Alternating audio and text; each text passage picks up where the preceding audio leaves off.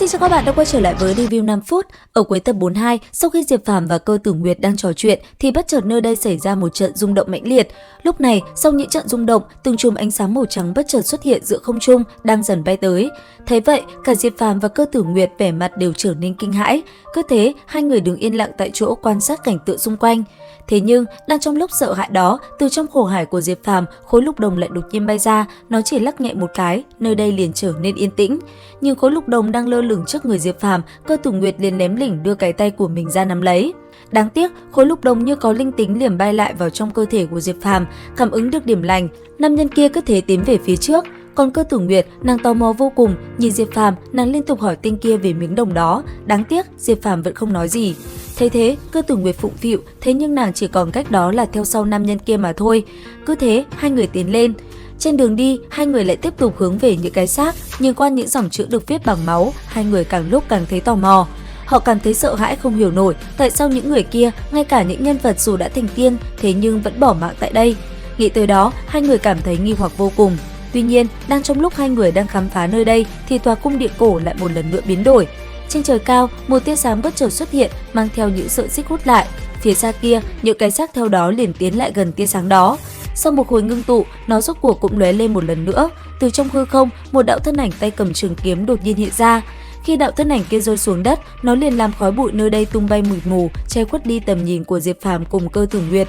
Đến khi khói bụi dần qua đi, hai người chỉ thấy trước mắt mình, thân ảnh tay cầm trường kiếm kia chỉ đạo cho đám xác khô lao về phía trước. Sau đó, bọn chúng liền công kích về phía hai người Diệp Phàm. Thấy vậy, hai người cũng lập tức phản kháng, đánh bay đám xương khô ra xa. Nhất thời, một cuộc chiến lại tiếp tục nổ ra. Lần này, cho dù Diệp Phàm cùng Cơ Tử Nguyệt cố gắng, thế nhưng những cái xác càng lúc càng nhiều. Cứ thế, hai người phải rất cố gắng để dọn dẹp đám hài cốt kia. Phía xa, thân ảnh tay cầm trường kiếm thấy Diệp Phàm, hắn cũng liền lao lên.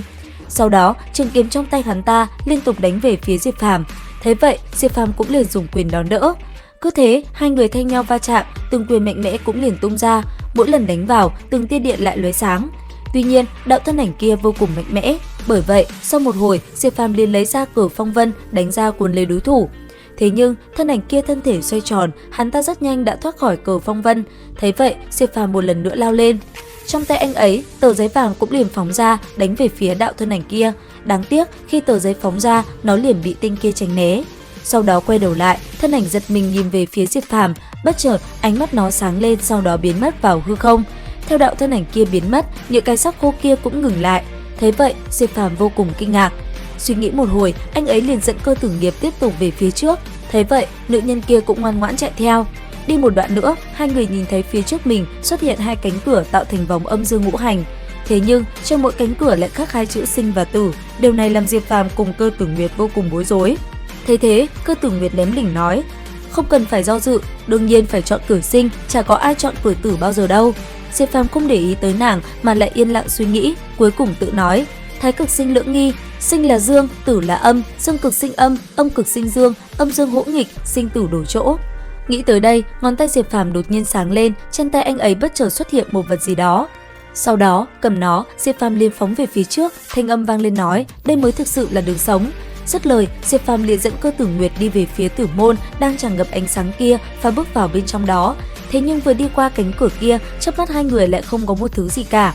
Giờ khắc này, chớp mắt họ chỉ là một đường dài thẳng tắp.